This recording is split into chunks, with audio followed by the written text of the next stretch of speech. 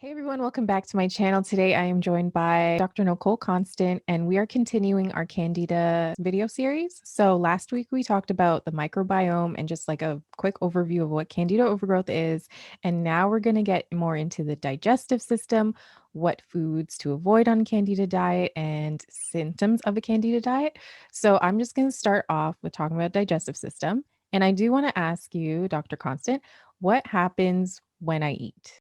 Really good question, because that's one thing that most of us we eat, but we don't really know what's going on with that food. The digestive system, that's where we take the food to. It starts in our mouth and it's finished in the anus.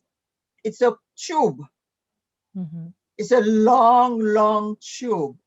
Then when we see a food, we start salivating. When we get the food now, we're ready for the food. The saliva, by chewing the food, that motion of chewing, squeezing, mixing because of the saliva, then we start the digestion right there, because we start breaking out the food by chewing and the carbohydrate because of the enzyme in the saliva. Now we're moving the food down. It go to the esophagus Mhm. by swallowing. And the peristalsis of the esophagus allow the food to keep moving down. And it will arrive to the stomach. The stomach is like a big pocket. That in that pocket, the lining of the pocket prepare hydrochloric acid. Hydrochloric acid is extremely acid. Mhm. That's the barrier of our body. It allows microbes that the body cannot take care of to be blocked by hydrochloric acid. Hydrochloric acid will kill them, and then keep working on the food, mixing, working on the food until we move that food now to the intestine. The gallbladder from the liver will dump the bile, and when the food is passing because of the fat, gallbladder will emulsify the fat Mhm. and then keep moving and keep going down. Now it's arrived next to the pancreas. The pancreas will give you enzyme, digestive enzyme, pancreatic enzyme to keep working on the digestion, keep moving, and the peristalsis will keep moving it. Now it arrives to the lower part of the small intestine. At the Mhm. lower part in the small intestine, we start finding the microbiome, the bacteria. Oh. That's where now the fibers that our body cannot digest, the microbiome, the bacteria will take care of it. They start Mm. dumping and eating and chewing whatever and dump. And then another group of bacteria will take what is dumped and keep working on it. And slowly, the body starts pulling the material that it needs from there. It keep pulling. And then Mhm. the rest will keep going down to the large intestine. In the large intestine, we got plenty of bacteria. That's Yes. the majority of the microbiome is in the large intestine. Then the rest of the food is getting. Broken down. People are busy there, all the microbiome. That's why we need a strong microbiome. Otherwise, we do not digest totally the food, because there's what part of the food we cannot digest is the bacteria that chewing them, that allow us to take the material from it. And now we keep moving. The large intestine will pull the water out, keep pulling the water out, and then slowly we get what is left. We'll get to the anus and Stool is coming formed. out as feces. Yes. Okay. That's a lot of work that our body does It's a lot of just to energy. That's why A lot of when we energy. stress, that's not a good time to eat. And also, when we're doing the digestion, that's not a good time to go swimming, because swimming need a lot of energy, and we already using the energy to digest. Then if we go swimming, we stop. One of the two energy will stop. It won't be the swimming because you really want to swim. Then it will be the It'll be digestion the who will stop digestion. digesting. Wow, that's a lot of energy. And then when I think about what you just said, that whole series, it's like we eat 3 times minimum a day. That's a lot that our body goes A through. lot of work.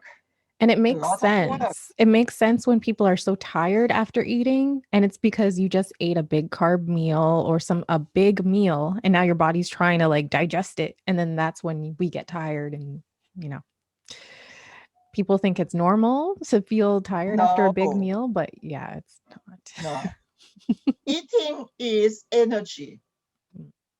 When you feel you don't have enough energy, you have a meal, because the meal bring energy to you. Eating Mhm. is energy. Then if you eat a food that pull energy from you by making you feeling so tired, something in that food is not good for you.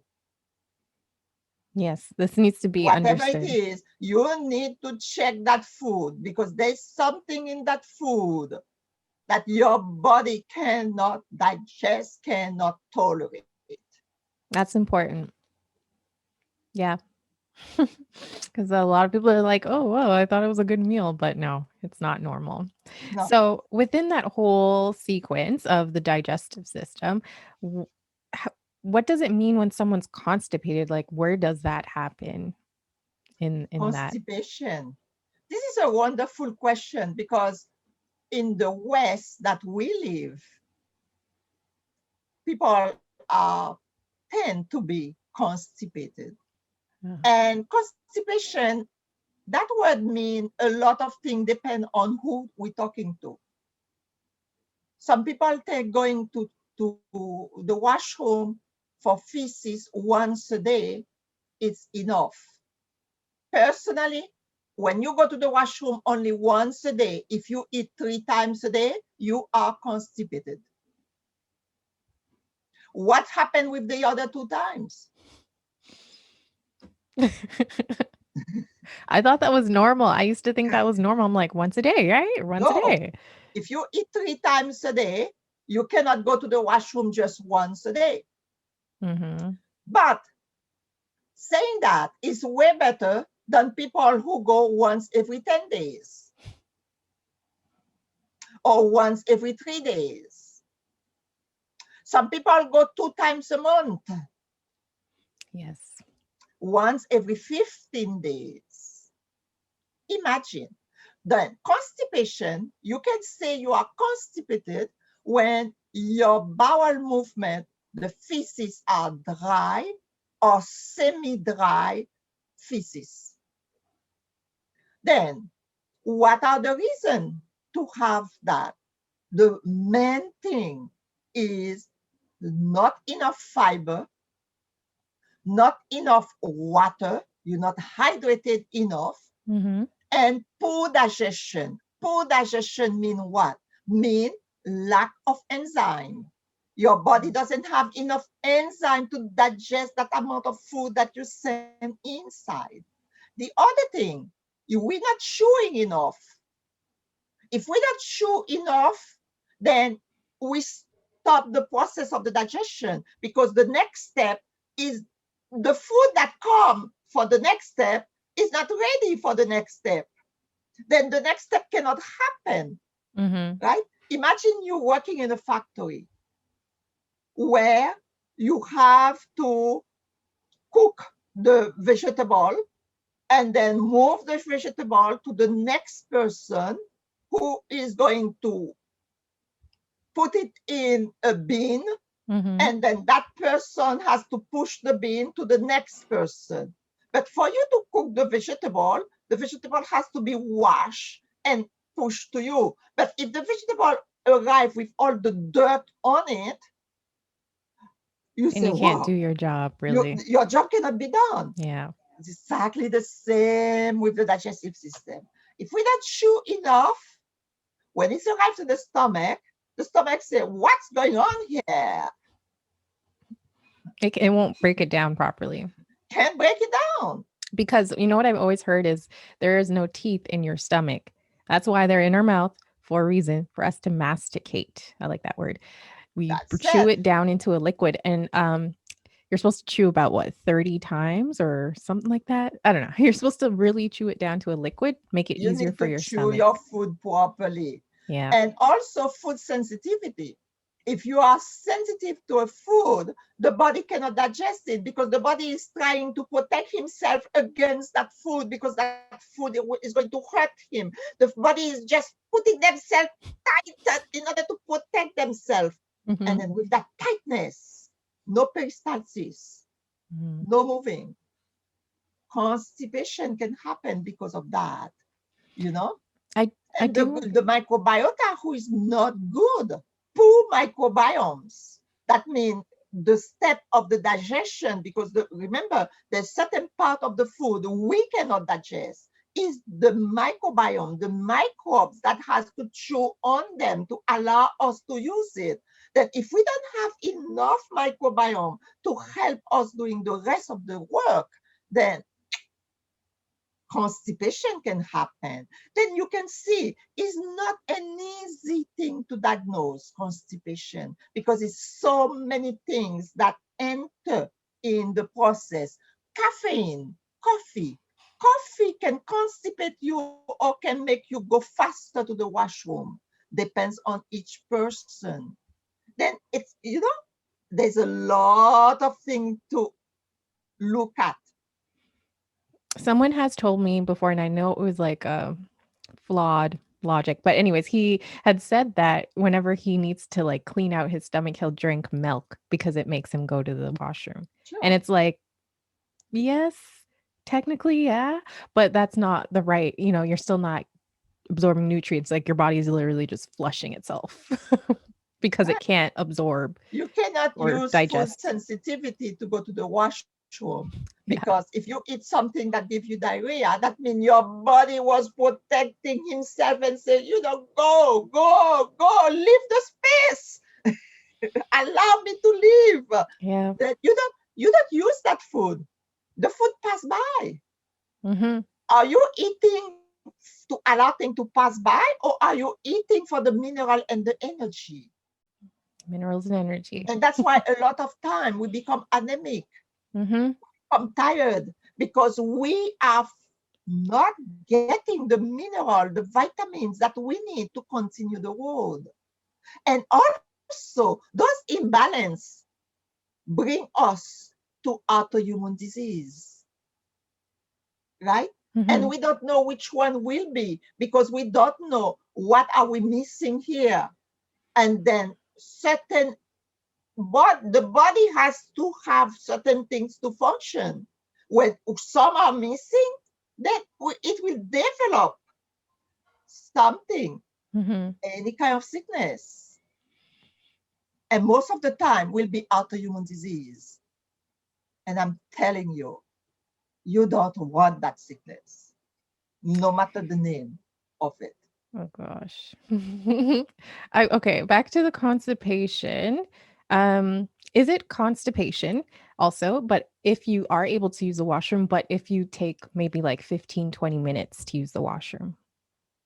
It doesn't matter because if you go to the washroom and the feces are not that dry or they are not semi-dry feces, some people need to sit there in order to go, but that's okay. But as long as you go without pain, pain is not included in going to the washroom. Okay. So it could take someone 30 minutes because I used to think that like it was a Some quick in people and out. love to read in the washroom. They train themselves to have that space. Okay. Some people doesn't have private space in their home. And since there was a child, they train themselves to go and sit in that washroom because in that washroom, nobody will disturb them. Then it's a training that they give to their body to go and sit down there and to have a space for their own self. It's so many things in people's life. As long as you don't do some psychotherapy to know why they learn that technique now, you just sit at the end of the technique. But there was a reason why they choose that technique. If you come in a family where there's 12 children, 8 children, you need space sometime. Going to the washroom, nobody will disturb you. Okay. Fair. You Yeah, I let know. yourself to sit there. A lot of people take that as their like chance to be on their phone or do whatever they want to do. Right.